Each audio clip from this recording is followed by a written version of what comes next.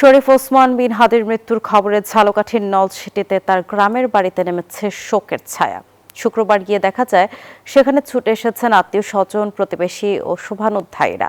কান্না, আহাজারি আর শোকাবহ পরিবেশে পুরো এলাকা ভারী হয়ে উঠেছে। হাদির স্মৃতিচারণ করতে গিয়ে অনেকেই কান্নায় ভেঙে পড়েন। দ্রুতদোষীদের গ্রেফতার ও শাস্তির দাবি জানান তারা। এদিকে গত মধ্যরাতে নলছিটি পৌর শহরের বাস স্ট্যান্ড এলাকায় বিক্ষোভ করেন বৈষম্য বিরোধী ছাত্র আন্দোলনের নেতাকর্মীরা।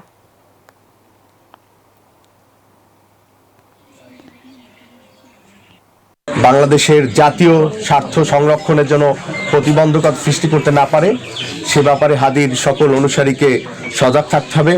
আমি আবারও হাদিকে আল্লাহ শাহাদাত হিসাবে কবুল করুন, পরিবারকে ধৈর্য ধারণ করার তৌফিক দিন।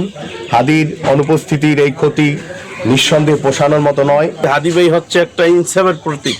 সে হাঁটতে, চলতে, উঠতে, বইতে, আপনার চলাফেরা যতটুকু কথাবার্তা হয়েছে, সে ইনসাফ ভাবে ন্যায়ভাবে কথা বলতো।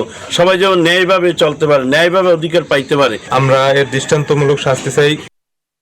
জি, ধন্যবাদ মনির। আসলে আপনি আমাদের সহকর্মীরা যেমনটা বলেছেন যে ইনকিলাব মঞ্চের মুখপাত্র শরীফ ওসমান হাদি গতকাল সিঙ্গাপুরে মৃত্যুবরণ করার পরে কিন্তু সারা বাংলাদেশে উত্তাল হয়েছে। পাশাপাশি তার যে নিজের যে নিজ জেলা ঝালকাঠির নলছিটির তার গ্রামের বাড়িতে কিন্তু তার স্বজন এবং সহকর্মী, রাজনৈতিক সহকর্মী এবং আত্মীয় স্বজনরা কিন্তু এই বাড়িতে ভিড় করছেন।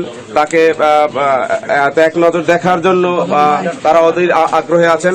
একই সাথে তারা কিন্তু বিভিন্নভাবে আন্দোলন সংগ্রাম করছেন, সড়ক অবরোধ করছেন, অগ্নিসংযোগ করছেন। একই সাথে তারা আলটিমেটাম দিয়েছেন যে দ্রুত সময়ের মধ্যে যদি তাদের গ্রেপ্তার করা না হয় তাহলে তারা এই দেশকে অচল করে দেবেন। এবং আমরা তার পরিবারের সাথে কথা বলেছি। পরিবারের সদস্যরা জানিয়েছেন যে ওসমান হাদি নিহত হওয়ার পর থেকেই কিন্তু তারা নিরাপত্তাহীনতায় ভুগছেন। আসলে প্রশাসনের কাছে তারা দাবি জানিয়েছেন দ্রুত তাদেরকে কড়া নিরাপত্তায় আসলে আনার দাবি জানিয়েছেন।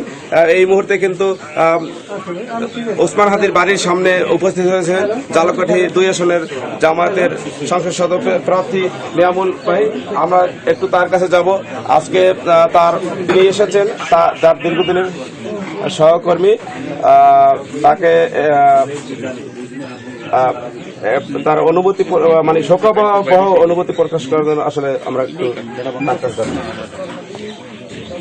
দেখুন, শরীফ ওসমান বিন হাদি আমাদের ঝালকাঠি নলছিটির শুধু নয়, বাংলাদেশের একটি সম্পদ।